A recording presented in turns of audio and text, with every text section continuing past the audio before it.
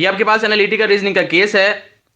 A chef is selecting two sets of ingredients, set 1 and set 2 for cooking, choosing from 7 ingredients T U V W X Y and जी।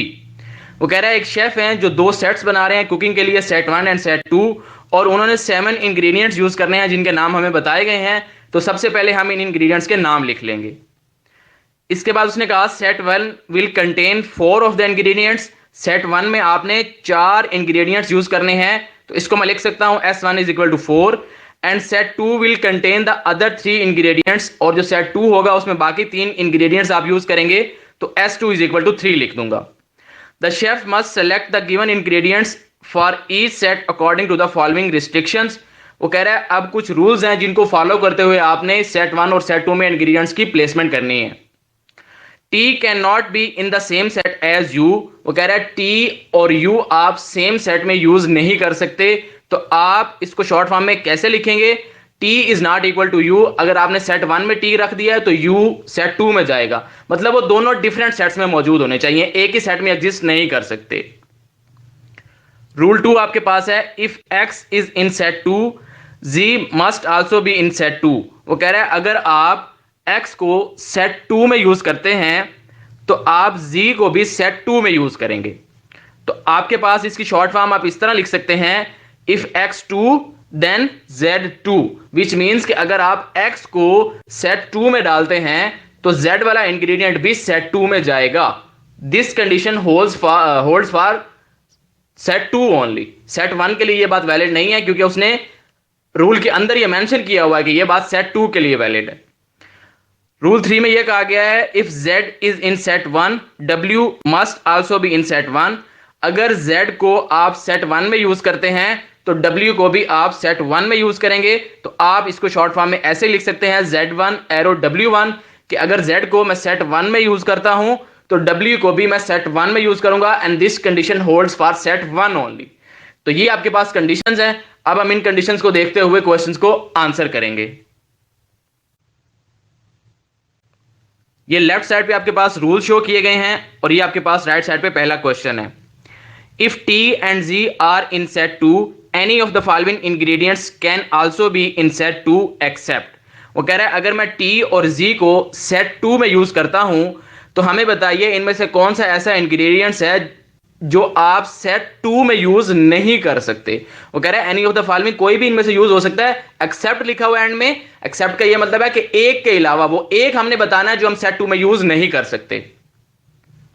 आप ऐसे 2 columns बना लें। आप question की condition सबसे पहले follow कीजिए, टी और जेड सेट 2 में होने चाहिए। तो 2 वाले कॉलम में हम पहले टी को प्लेस कर देते हैं और उसके बाद जी को प्लेस कर देते हैं। इसके बाद आप देखिए आपको क्या बताया गया है कि कौन सा ऐसा मेंबर है जिसको आप सेट 2 में यूज नहीं कर सकते। तो आप यहां पे रूल 1 फॉलो कीजिए। रूल 1 में क्या बताया गया था कि टी और यू आप सेम सेट में यूज नहीं कर सकते, अलग अलग सेट में यूज करना है। तो आपके पास टी अगर सेट 2 में मौजूद है तो यू आप सेट 1 में यूज करेंगे। तो यू ऐसा मेंबर है जिसको मैं सेट 2 में प्लेस नहीं कर सकता, तो आपके पास ऑप्शन सी आंसर आ जाएगा। आप सी को टिक कर देंगे। ये आपके पास क्वेश्चन नंबर 2 है।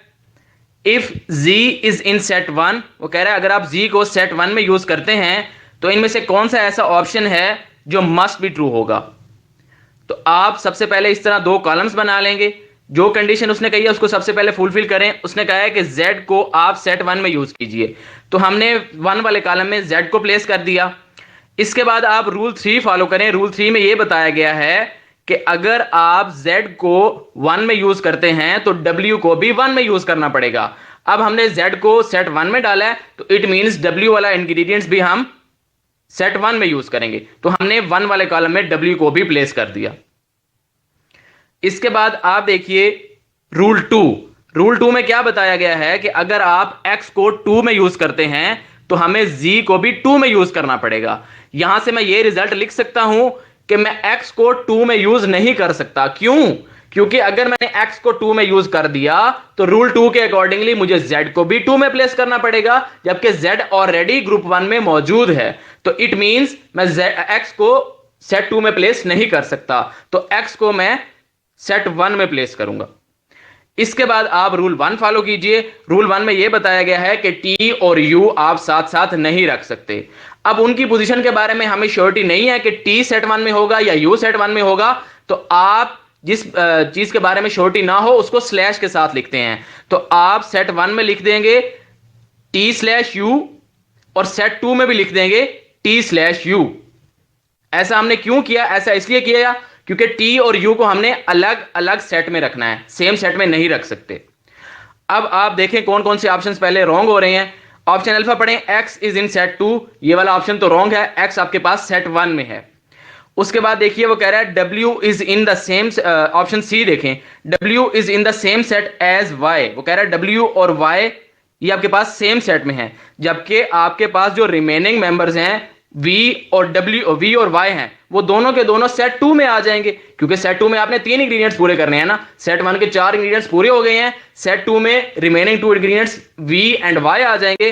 तो आपके पास ऑप्शन सी भी रॉन्ग हो जाएगा। w is in the same set as y, w और y सेम सेट में नहीं है, वो डिफरेंट सेट्स में हैं, तो आप ऑप्शन सी को भी क्रॉस कर देंगे। इसके बाद आपके पास ऑप्शन बीटा चेक करें। बीटा में कह रहा है u is in the same set as v, ये वाला ऑप्शन कैन बी ट्रू है। कैन बी ट्रू इस तरह है कि अगर u ग्रुप 2 में सेट 2 में रहता है तो ऑप्शन बी दुरुस्त हो जाता है, लेकिन अगर t सेट 2 में रहता है तो ऑप्शन बी रॉन्ग हो जाता है।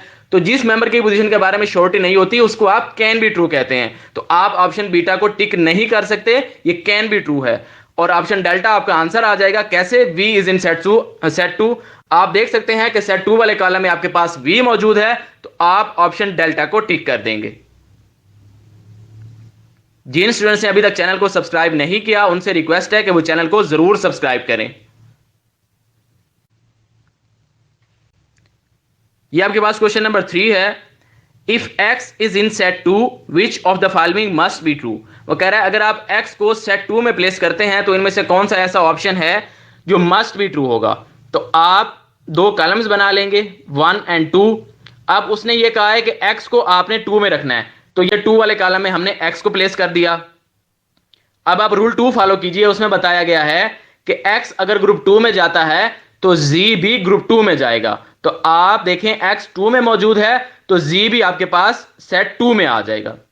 इसके बाद देखें सेट 2 में सिर्फ एक जगह खाली रह गई है और हमें रूल 1 में यह बताया गया है कि t और u आप साथ साथ नहीं रख सकते, और t और u के बारे में हमें श्योरिटी नहीं है कि t ग्रुप 2 में है या u ग्रुप 2 में है, तो आप उनको स्लैश के साथ मेंशन करेंगे जैसा कि पिछले क्वेश्चन में बताया था। तो आप सेट 2 में जो थर्ड पोजीशन है वहां पे t स्लैश u लिखेंगे और जो सेट 1 है वहां पे भी t स्लैश u लिखेंगे, विच मींस अगर t ग्रुप 2 में है तो u ग्रुप 1 में है, और अगर u ग्रुप 2 में है तो t ग्रुप 1 में है। रूल 1 यहां पे फॉलो हो रहा है, t और u अलग अलग ग्रुप्स में है। इसके बाद रिमेनिंग जितने भी इंग्रेडिएंट्स हैं वो सारे के सारे सेट 1 में आ जाएंगे, जो कि आपके पास v, w एंड y होंगे। तो हमने इन तमाम मेंबर्स को सेट 1 में प्लेस कर दिया। अब हम चेक करते हैं इनमें से कौन सा ऐसा ऑप्शन है जो मस्ट बी ट्रू है।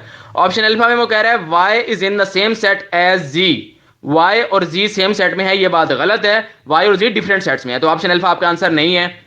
t is in the set 2, t आपके पास सेट 2 में भी हो सकता है और 1 में भी हो सकता है, तो t के बारे में आप कैन बी ट्रू हैं, तो आप ऑप्शन बीटा को मस्ट बी ट्रू नहीं बोल सकते, ये हमारा जवाब नहीं है।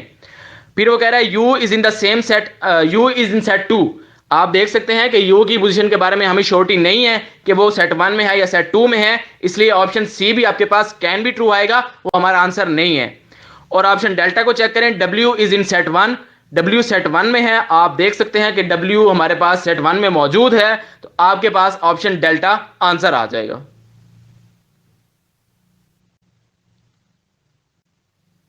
जो स्टूडेंट्स गेट, नेट और हेट की प्रिपरेशन के लिए हमारा 1-to-1 ऑनलाइन कोर्स ज्वाइन करना चाहते हैं वो दिए गए व्हाट्सएप नंबर पर कांटेक्ट कर सकते हैं या दिए गए ईमेल पर कांटेक्ट कर सकते हैं, उनको इंशाल्लाह बहुत अच्छी प्रिपरेशन करवाई जाएगी। Thank you so much for watching full video. Please like, share and subscribe for more videos. Take care. Allah Hafiz. Assalamu alaikum.